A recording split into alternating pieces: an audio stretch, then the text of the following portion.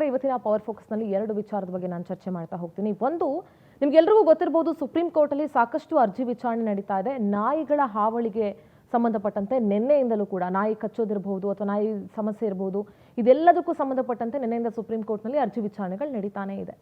ಮತ್ತೊಂದು ವಿಚಾರ, supreme court ವಿಚಾರ ಒಂದು ಕಡೆ ಆದ್ರೆ, ಇನ್ನೊಂದು ಕಡೆ ಸಿದ್ದರಾಮಯ್ಯನವರು ದೇವರಾಜ ಅರಸರ ಒಂದು ರೆಕಾರ್ಡ್ ಅನ್ನ ಏನು ಬ್ರೇಕ್ ಮಾಡಿದ್ರು, ನಿನ್ನೆ ಅದರ ಸಂಭ್ರಮದಲ್ಲಿದ್ದು ಖುಷಿಯಲ್ಲಿದ್ರು, ಎಲ್ಲವೂ ಆಗ್ತಾ ಇತ್ತು. ಆದ್ರೆ ಇವತ್ತು ಒಂಥರ ಹೇಳಿಕೆ ಕೊಟ್ಟಿದ್ದಾರೆ, ನೋಡೋಣ ಇನ್ನು ಎಷ್ಟು ದಿವಸ ನಾನು ಸಿಎಂ ಆಗಿರ್ತೀನಿ ಏನು ಎತ್ತ ಅಂತ ಹೇಳಿ, ನನ್ನ ಆಡಳಿತ ನನಗೆ ತೃಪ್ತಿ ಇದೆ, ಆದರೆ ಎಲ್ಲವೂ ಹೈಕಮಾಂಡ್ಗೆ ಬಿಟ್ಟಿದ್ದು ಅಂತ ಹಾವೇರಿಯಲ್ಲಿ ಮಾತನಾಡಿದ್ದಾರೆ.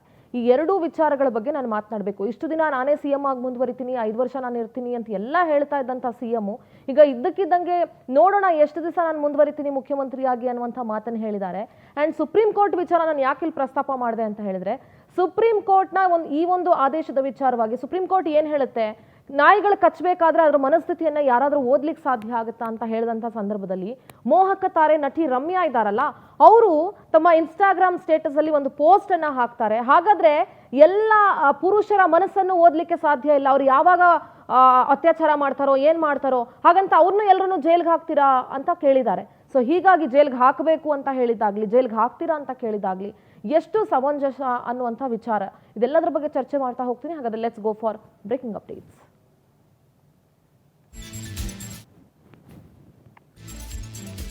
ಗಂಡು ಸಂತಾನದ ಮೇಲೆಯೇ ನಟಿ ರಮ್ಯಾ ರೋಷಾವೇಶ.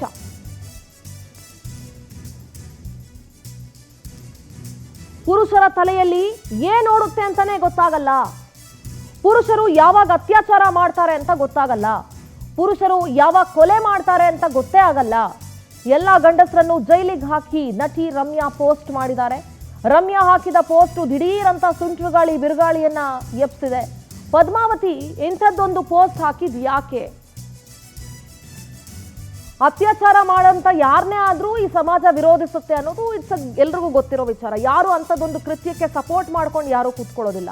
ಅತ್ಯಾಚಾರಿಗಳಿಗೆ ಕಠಿಣ ಶಿಕ್ಷೆ ಆಗ್ಬೇಕು ಅಂತಾನೆ ಹೇಳೋದು. ನೋಡಿ, ನೀವು ಗಮನಿಸ್ತಾ ಇದ್ದೀರಿ, can't read a man's mind too, don't know when he will rape or murder, so put all men in jail ಅಂತ ಕ್ವೆಶ್ಚನ್ ಮಾರ್ಕ್ ಹಾಕಿದ್ದಾರೆ. ನೋಡಿ, question mark at the same time ಒಂದು ಆಶ್ಚರ್ಯ ಸೂಚಕ ಚಿಹ್ನೆಯನ್ನ ಹಾಕಿದ್ದಾರೆ. ಸುಪ್ರೀಂ ಕೋರ್ಟ್ ಹೇಳುತ್ತೆ, stray dog Supreme Court hearing live can't read a dog's mind when he is in a mood to bite ಅಂತ ಸುಪ್ರೀಂ ಕೋರ್ಟ್ ಹೇಳಿದಾಗ, ಪುರುಷನು ಯಾವಾಗ ಯಾವ ಮನಸ್ಥಿತಿಲಿ ಇರ್ತಾನೋ ಗೊತ್ತಾಗೋದಿಲ್ಲ, ಅವನು ಯಾವಾಗ ರೇಪ್ ಮಾಡ್ತಾನೋ ಯಾವಾಗ ಮರ್ಡರ್ ಮಾಡ್ತಾನೋ ಗೊತ್ತಾಗೋದಿಲ್ಲ, ಹಾಗಂತ ಎಲ್ಲರನ್ನು ನೀವು ಜೈಲ್ಗೆ ಹಾಕ್ತೀರಾ ಹಾಕಿ ಅಂತ ಹೇಳ್ದಂಗಿದೆ. ಅದು ಅಂದ್ರೆ ಎಲ್ಲಾ ನಾಯಿಗಳನ್ನು ಕಚ್ತವೆ ಅಂತ ಹೇಳಕ್ಕಾಗಲ್ಲ. ಅಂದ್ರೆ ಇಲ್ಲಿ ಪುರುಷರನ್ನ ನಾಯಿಗೆ ಹೋಲಿಕೆ ಮಾಡಿದ್ದಾರೆ ಅನ್ನೋದು ಬಹಳ ಸ್ಪಷ್ಟವಾಗಿ ಅರ್ಥ ಆಗುತ್ತೆ. ಇಂಥದ್ದೊಂದು ಪೋಸ್ಟ್ನ ಅವಶ್ಯಕತೆ ಇತ್ತ? ರಮ್ಯಾ ಒಳ್ಳೆ ನಟಿ, ರಾಜಕೀಯದಲ್ಲಿದ್ದವರು, ಎಲ್ಲಾನು ಬಹಳ ಒಳ್ಳೆಯ ವಿಚಾರನೆ. ಹಾಗಾದ್ರೆ ಎಲ್ಲಾ ಪುರುಷರನ್ನು ಜೈಲ್ಗೆ ಹಾಕ್ಬೇಕಾ ಅಂತ ಕೇಳ್ತಾರಲ್ಲ, ಎಲ್ಲಾ ಪುರುಷರು ಕೆಟ್ಟವ್ರು ಇರ್ತಾರ ಪುರುಷರಲ್ಲಿ? ಹಾಗಾದ್ರೆ ಎಲ್ಲಾ ಮಹಿಳೆಯರು ಕೂಡ ಒಳ್ಳೆಯವರು ಇರ್ತಾರಾ? ಇಂಥದ್ದೊಂದು ಪ್ರಶ್ನೆ ಬರೋದಿಲ್ವೇನ್ರಿ?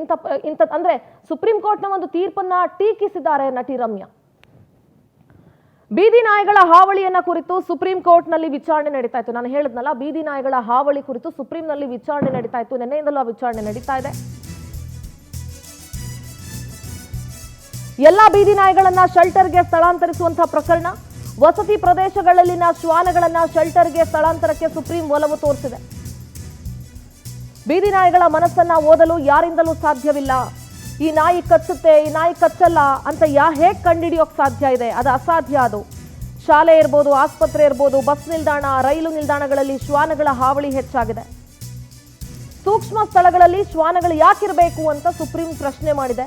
ಹಾಗಾಗಿ ಬೀದಿ ನಾಯಿಗಳನ್ನ ಶೆಲ್ಟರ್ಗೆ ಸ್ಥಳಾಂತರ ಮಾಡಬೇಕು ಅಂತ ಸುಪ್ರೀಂ ಕೋರ್ಟ್ ಒಲವನ್ನ ತೋರಿಸಿದೆ.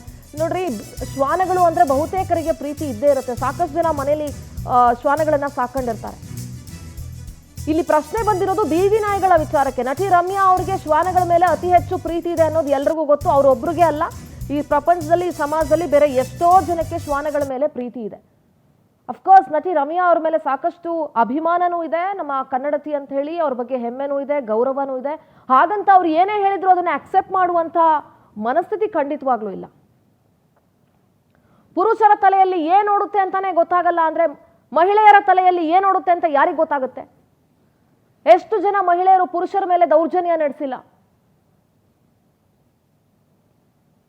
ಅಫ್ಕೋರ್ಸ್ ಅತ್ಯಾಚಾರಿಗಳಿಗೆ ಯಾವತ್ತೂ ಶಿಕ್ಷೆ ಆಗಲೇಬೇಕು, ಕಠಿಣ ಶಿಕ್ಷೆ ಆಗಬೇಕು. ಚಿಕ್ಕ ಚಿಕ್ಕ ಹೆಣ್ಮಕ್ಳನ್ನ, ಚಿಕ್ಕ ಚಿಕ್ಕ ವಯಸ್ಸಿನ ಮಕ್ಕಳನ್ನ ಮತ್ತು ವಯಸ್ಸಾದ ವೃದ್ಧೆಯರನ್ನ, ಯಾರನ್ನೇ ಆಗಲಿ, ಯಾವದ ಹೆಣ್ಮಕ್ಳನ್ನ ಅತ್ಯಾಚಾರ ಮಾಡ್ತಾನೋ ಅವನಿಗೆ ಮುಲಾಜಿಲ್ದಂಗೆ ಶಿಕ್ಷೆ ಆಗಬೇಕು. ಈ ದೇಶದ ಕಾನೂನು ಕೂಡ ಅದೇ ಹೇಳುತ್ತೆ, ಈ ನೆಲದ ಕಾನೂನು ಅದನ್ನೇ ಹೇಳುತ್ತೆ. ಶಾಲೆಗಳಲ್ಲಿ, ಆಸ್ಪತ್ರೆಗಳಲ್ಲಿ, ಬಸ್ ನಿಲ್ದಾಣಗಳಲ್ಲಿ, ರೈಲು ನಿಲ್ದಾಣಗಳಲ್ಲಿ ಶ್ವಾನಗಳ ಹಾವಳಿ ಹೆಂಗಿದ್ಯೋ ಅತ್ಯಾಚಾರ ಮಾಡುವಂತ ಗಂಡಸರ ಹಾವಳಿನೂ ಅಷ್ಟೇ ಇದೆ. ಹಾಗಂತ ಎಲ್ಲಾ ಗಂಡಸರು ಹಂಗೆ ಅಂತ ಹೇಳಕ್ಕಾಗಲ್ಲ.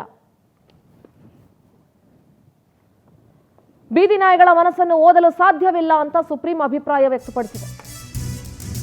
ಅದೇ ರೀತಿ ಪುರುಷರ ಮನಸ್ಸನ್ನು ಓದಲು ಸಾಧ್ಯವಿಲ್ಲ ಅಂತ ರಮ್ಯಾ ಪೋಸ್ಟ್ ಅನ್ನ ಹಾಕಿದ್ದಾರೆ. ಮೇಡಮ್, ರಮ್ಯಾ ಅವರೇ, ಯಾರ ಮನಸ್ಸನ್ನು ಯಾರು ಓದಕ್ ಸಾಧ್ಯ ಇಲ್ಲ. ನಿಮ್ಮ ಮನಸ್ಸು ಹೇಗೆ ಅಂತ ಯಾರಾದ್ರೂ ಓದಕ್ ಸಾಧ್ಯ ಇದೆಯಾ? ಹೆಣ್ಮಕ್ಳ ಮನಸ್ಸನ್ನ ಯಾರಾದ್ರೂ ಓದಿ ಅರ್ಥ ಮಾಡ್ಕೊಳಕ್ಕಾಗತ್ತಾ? ಎಷ್ಟೋ ಜನ ಗಂಡು ಮಕ್ಳು, ಎಷ್ಟೋ ಜನ ಪುರುಷರು ಹೆಣ್ಮಕ್ಳನ್ನ ಪೂಜಿಸುವಂತವ್ರಿದ್ದಾರೆ, ಆರಾಧಿಸುವಂತವ್ರಿದ್ದಾರೆ, ಗೌರವಿಸುವಂತವ್ರಿದ್ದಾರೆ. ಬೀದಿ ನಾಯಿಯನ್ನ ಸಮರ್ಥಿಸುವ ಭರದಲ್ಲಿ ರಮ್ಯಾ ಎಡವಟ್ಟಿನ ಪೋಸ್ಟ್ ಹಾಕಿದ್ದಾರೆ. ಶ್ವಾನಗಳ ಮನಸ್ಸಿನಲ್ಲಿ ಏನ್ ಓಡುತ್ತೆ ಅಂತ ಯಾರಿಗೂ ಗೊತ್ತಾಗಲ್ಲ, ಹಾಗೆ ಪುರುಷರ ಮನಸ್ಸಲ್ಲಿ ಏನ್ ಓಡುತ್ತೆ ಅಂತಾನೂ ಗೊತ್ತಾಗಲ್ಲ. ಎಲ್ಲಾ ಪುರುಷರ ಮನಸ್ಥಿತಿ ರೇಪಿಸ್ಟು ಮತ್ತು ಹಂತಕರಿಗೆ ಹೋಲಿಸಿದ್ದಾರೆ ರಮ್ಯಾ. ಯಾಕೆ ಮೇಡಮ್, ನಿಮ್ಮ ಸುತ್ತಮುತ್ತ ಯಾರು ಪುರುಷರು ಇಲ್ವೇ ಇಲ್ವಾ? ಫ್ರೆಂಡ್ಸ್ ಇಲ್ವೇ ಇಲ್ವಾ ನಿಮ್ಗೆ? ರಮ್ಯಾ ಅತಿರೇಕದ ಪೋಸ್ಟ್ ಸಂಚಲನ ಸೃಷ್ಟಿಸಿದ್ದು ಭಾರಿ ಚರ್ಚೆಗೆ ನಾಂದಿ ಹಾಡಿದೆ. ರಮ್ಯಾ ಅವರೇ, ನಿಮಗೂ ಕೂಡ ಬಹಳಷ್ಟು ಜನ ಸ್ನೇಹಿತರಿದ್ದಾರೆ, ಪುರುಷರು ಸ್ನೇಹಿತರೇ ಇದ್ದಾರೆ. ಅವ್ರು ಎಲ್ಲರೂ ರೇಪಿಸ್ಟ್ ಮನಸ್ಥಿತಿ ಅವರ? ಅವ್ರು ಎಲ್ಲರೂ ಹಾಗಾದ್ರೆ ಮರ್ಡರ್ ಮಾಡೋ ಮನಸ್ಥಿತಿ ಅವರ? ನಿಮ್ಮ ಪಕ್ಷದ ಹಿರಿಯರಿದಾರಲ್ಲ, ರಾಹುಲ್ ಗಾಂಧಿ ಅವರು, ಅವ್ರನ್ನೂ ಜೈಲ್ಗೆ ಹಾಕ್ಬೇಕು. ಹಂಗಾದ್ರೆ ನಿಮ್ಮ ಪಕ್ಷದ ವರಿಷ್ಠ ರಾಹುಲ್ ಗಾಂಧಿ ಇದಾರಲ್ಲ, ಅವ್ರನ್ನೂ ಜೈಲ್ಗೆ ಹಾಕ್ಬೇಕು. ನಿಮ್ಮ ಪಕ್ಷದಲ್ಲಿರೋ ಅಷ್ಟೂ ಪುರುಷರನ್ನು ಕೂಡ ಜೈಲ್ಗೆ ಹಾಕಿ. ಹಾಗಾದ್ರೆ what statement you are giving? ಯಾರು ಅತ್ಯಾಚಾರ ಮಾಡ್ತಾರೋ, ಯಾರು ರೇಪ್ ಮಾಡ್ತಾರೋ, ಅಥವಾ ಯಾರು ಮರ್ಡರ್ ಮಾಡ್ತಾರೋ ಅಂಥವ್ರಿಗೆ ಶಿಕ್ಷೆ ಕೊಡಿಸಿ ಶಿಕ್ಷೆ ಆಗ್ಬೇಕು ಅನ್ನುವಂಥದ್ರಲ್ಲಿ ಅರ್ಥ ಇದೆ.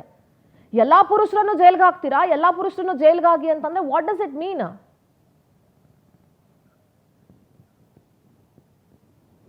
ಏನರ್ಥ ಅದು? ಕಚ್ಚಾ ನಾಯಿ ಬಗ್ಗೆ ಮಾತಾಡಿದ್ದಾರೆ ಅವತ್ತು ಸುಪ್ರೀಂ ಕೋರ್ಟ್ ಅಲ್ಲಿ, ಎಲ್ಲಾ ನಾಯಿಗಳ ಬಗ್ಗೆ ಮಾತಾಡಿಲ್ಲ. ಹಾಗೇನೆ ಹೆಣ್ಮಕ್ಳ ಮನಸ್ಥಿತಿನೂ ಯಾರಾದ್ರೂ ಅರ್ಥ ಮಾಡ್ಕೊಳ್ಳಿಕ್ಕಾಗತ್ತಾ?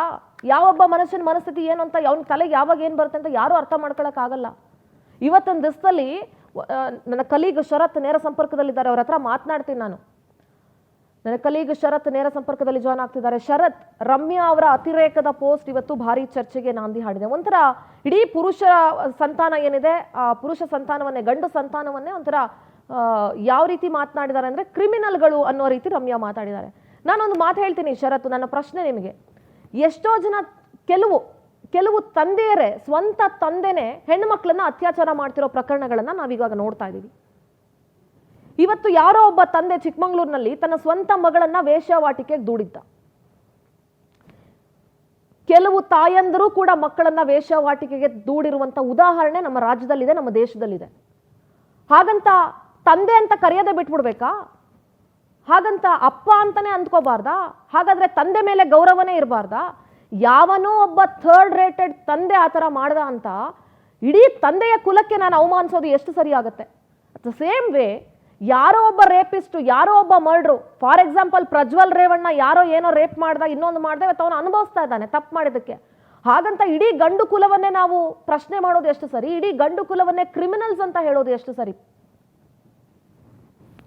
ಹೇಳಿದ್ದು ಕರೆಕ್ಟೇನೆ. ಯಾಕೆಂದರೆ ಇಲ್ಲಿ ಫಸ್ಟ್ ಆಫ್ ಆಲ್ ರಮ್ಯಾ ಅವರು ಹೇಳಿರೋದು ಜನರಲೈಸ್ ಮಾಡಿ ಹೇಳಿದ್ದಾರೆ.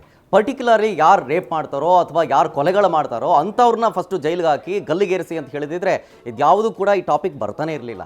ಯಾವಾಗ ಅವರು ಎಲ್ಲ ಪುರುಷರನ್ನ ಅಂತ ಮೆನ್ಷನ್ ಮಾಡ್ತಾರಲ್ಲ, ಅದು ತಪ್ಪಾಗಿರೋದು.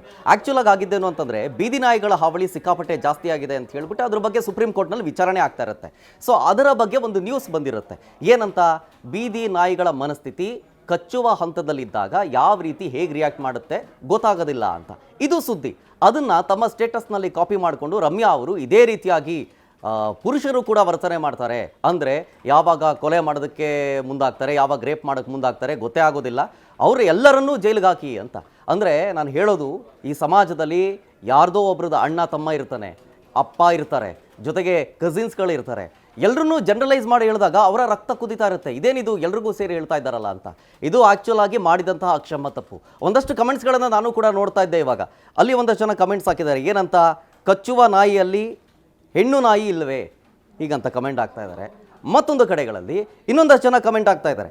ಏನಂತ, ನಮಗೂ ಕೂಡ ಅಣ್ಣ ತಮ್ಮ ಇರ್ತಾರೆ, ಅವರು ಏನು ಅವರ ಮನಸ್ಥಿತಿ ಬಗ್ಗೆ ನಮಗೆ ಗೊತ್ತಿದೆ, ಅಂತವ್ರು ನೀವು ಜೈಲಿಗೆ ಹಾಕ್ಬೇಕು ಅಂತ ಹೇಳ್ತಾ ಇದ್ದೀರಾ. ಹೀಗೆ ಇನ್ನೊಂದು ವಿಚಾರ ಉಲ್ಲೇಖಿಸಕ್ಕೆ ಇಷ್ಟಪಡ್ತೀನಿ. ಯಾವಾಗ ಮರ್ಡರ್ ಮಾಡ್ತಾರೋ ಗಂಡಸರು ಗೊತ್ತಾಗಲ್ಲ ಅಂತ ಹೇಳ್ತಾರಲ್ಲ, ಎಷ್ಟು ಜನ ಹೆಣ್ಮಕ್ಳು ಮದುವೆ ಆದಂತ ಕೆಲವೇ ದಿನಗಳಲ್ಲಿ ತಮ್ಮ ಗಂಡಂದರನ್ನ ಸಾಯಿಸಿರುವಂತ ಉದಾಹರಣೆಗಳಿಲ್ಲ. ಎಷ್ಟು ಜನ ಹೆಣ್ಮಕ್ಳು ತಮ್ಮ ಪ್ರಿಯಕರನನ್ನ ಸಾಯಿಸಿರುವಂತ ಉದಾಹರಣೆಗಳಿಲ್ಲ. ಎಷ್ಟು ಜನ ಹೆಣ್ಮಕ್ಳು ಇವತ್ತು ರೌಡಿಸಂ ಮಾಡ್ಕೊಂಡು ಕೊಲೆ ಬೆದರಿಕೆ ಹಾಕೊಂಡು ಕೊಲೆಗಳನ್ನ ಮಾಡಿರೋ ಹೆಣ್ಮಕ್ಳು ಉದಾಹರಣೆ ಇಲ್ವಾ? ಹಾಗಂದಿದ್ರೆ ಯಾವ ಹೆಣ್ಣು ಇವತ್ತು ಜೈಲಲ್ಲಿ ಇರ್ತಾನೆ ಇರ್ಲಿಲ್ಲ, ಯಾವ ಹೆಣ್ಣು ಇವತ್ತು ನ್ಯಾಯಾಂಗದ ಅಡಿಯಲ್ಲಿ ಬರ್ತಾನೆ ಇರ್ಲಿಲ್ಲ ಅಲ್ವಾ? ಬಟ್ ಇನ್ನೊಂದು ಪಾಯಿಂಟ್ ನೀವು ಹೇಳಿದ್ದು ಕರೆಕ್ಟ್, ಎಕ್ಸಾಕ್ಟ್ ಆಗಿ. ಯಾಕಂದ್ರೆ ನಾನು ಅದೇ ಹೇಳ್ತಾ ಇದ್ದಿದ್ದು, ಯಾರು ತಪ್ಪು ಮಾಡಿದ್ರು ಅಥವಾ ಯಾರು ರೇಪ್ ಮಾಡಿದ್ರು ಅಂಥವ್ರು ಜೈಲಿಗೆ ಹಾಕಬೇಕು. ಅಕಸ್ಮಾತ್ ಇಫ್ ಇನ್ ಕೇಸ್ ಇದನ್ನ ಮಿರರ್ ರೀತಿಯಾಗಿ ನೋಡೋಣ, ಇದನ್ನ ರಮ್ಯಾ ಹೇಳೋದ್ರ ಬದಲು ಯಾರಾದರೂ ಒಬ್ಬ ಪುರುಷ ಅದನ್ನ ಲಿಂಗ ಬದಲಾವಣೆ ಮಾಡಿ ಯಾರಾದರೂ ಸ್ಟೇಟಸ್ ಹಾಕಿದಿದ್ರೆ ಇವತ್ತು ಹತ್ಕೊಂಡು ಹುರಿತಾ ಇತ್ತು. ಅಂದ್ರೆ ಎಕ್ಸಾಕ್ಟ್ಲಿ ಅದು.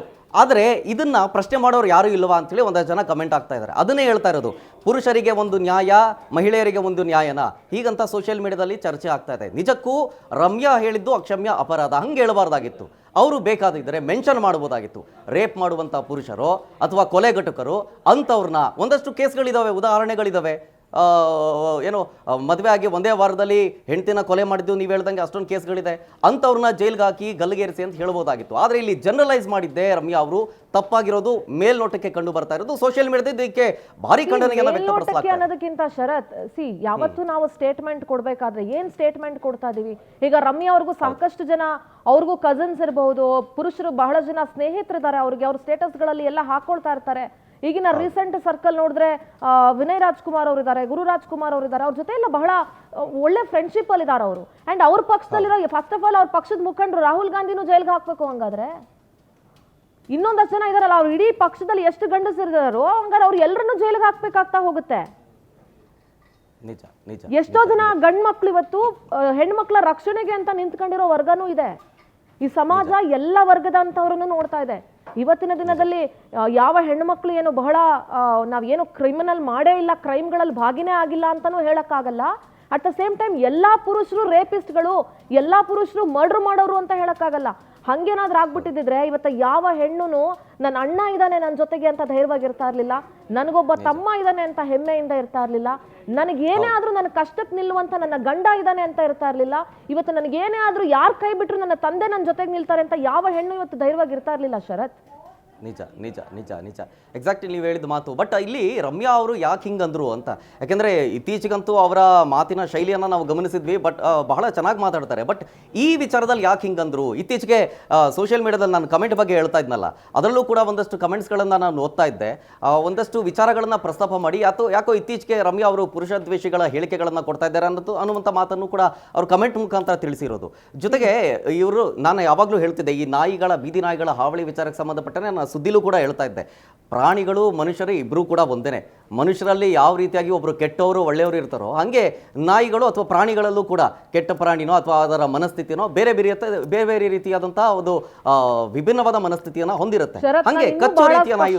ಹೇಳ್ತೀನಿ ನಿಮ್ಗೆ ಇನ್ನೊಂದು ವಿಚಾರ ಹೇಳ್ತೀನಿ. ಈ ಕೆಲವು ಬೀದಿ ನಾಯಿಗಳು, ಈ ಕೆಲವು ಹುಚ್ಚು ನಾಯಿಗಳು ಅಂತ ನಾವು ಹೇಳ್ತೀವಿ. ಮನುಷ್ಯರಲ್ಲೂ ಎಷ್ಟು ಜನಕ್ಕೆ ಹುಚ್ಚಿಡಿಯೋದಿಲ್ವಾ? ಹೌದು. ಮನುಷ್ಯನು ತನ್ನ ಬುದ್ಧಿ ಸ್ಥಿಮಿತವನ್ನ ಕಳ್ಕೊಳ್ಳೋದಿಲ್ವಾ? ಹೌದು. ಬುದ್ಧಿ ಸ್ಥಿಮಿತ ಕಳ್ಕೊಂಡಂತ ಮನುಷ್ಯ ಏನ್ ಬೇಕಾದ್ರೂ ಮಾಡಿರೋ ಉದಾಹರಣೆಗಳಿಲ್ವಾ? ನಿಜ.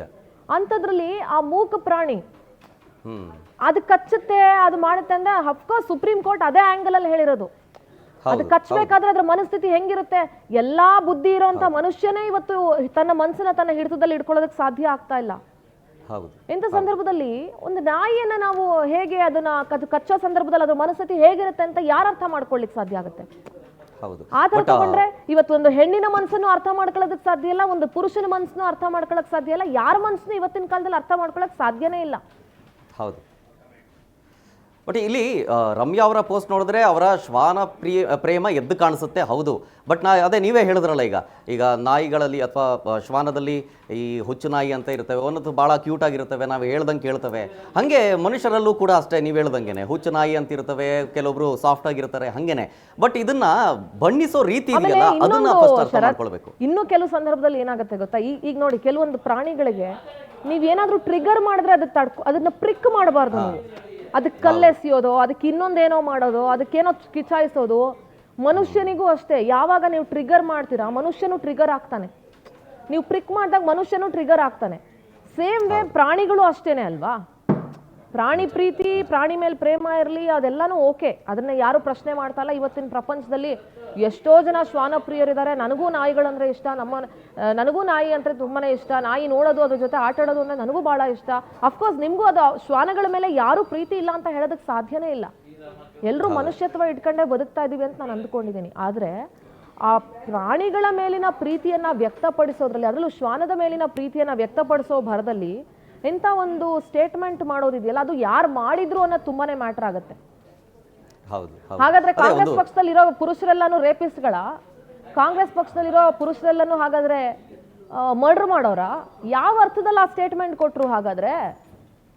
ಅದೇ ಒಂದು ಜವಾಬ್ದಾರಿಯುತ ಸ್ಥಾನದಲ್ಲಿ ಇದ್ಕೊಂಡು ಈ ರೀತಿಯಾಗಿ ಮಾತನಾಡಬಾರ್ದಾಗಿತ್ತು ಅನ್ನೋದು ಒಂದು. ಮತ್ತೊಂದು ಕಡೆ ಓವರಾಲ್ ಆಗಿ ಜನರಲೈಸ್ ಮಾಡಿ ಹೇಳಿದಾರಲ್ಲ ಎಲ್ಲಾ ಪುರುಷರು ಅಂತ, ಇದು ಆಕ್ರೋಶಕ್ಕೆ ಕಾರಣ ಆಗ್ತಾ ಇರೋದು. ಹಾಗಾಗಿ ಇದಕ್ಕೆ ಸಂಬಂಧಪಟ್ಟಂತೆ ಗಮನಿಸಬೇಕು. ಈ ಪ್ಲೇಸ್ ಅಲ್ಲಿ ಯಾವ್ದಾದ್ರೂ ಒಬ್ಬ ಪುರುಷ ವ್ಯಕ್ತಿ ಈ ರೀತಿಯಾಗಿ ಲಿಂಗ ಬದಲಾವಣೆ ಮಾಡಿ ಯಾರಾದ್ರೂ ಮಾಡಿದಿದ್ರೆ ಅವಾಗ ಸುಮ್ಮನೆ ಬಿಡ್ತಾ ಇದ್ರ? ಕಾನೂನು ಅಂತ ಬರ್ತಾ ಇತ್ತು, ಇಮಿಡಿಯೇಟ್ ಆಗಿ ಅರೆಸ್ಟ್ ಮಾಡ್ತಾ ಇದ್ರು.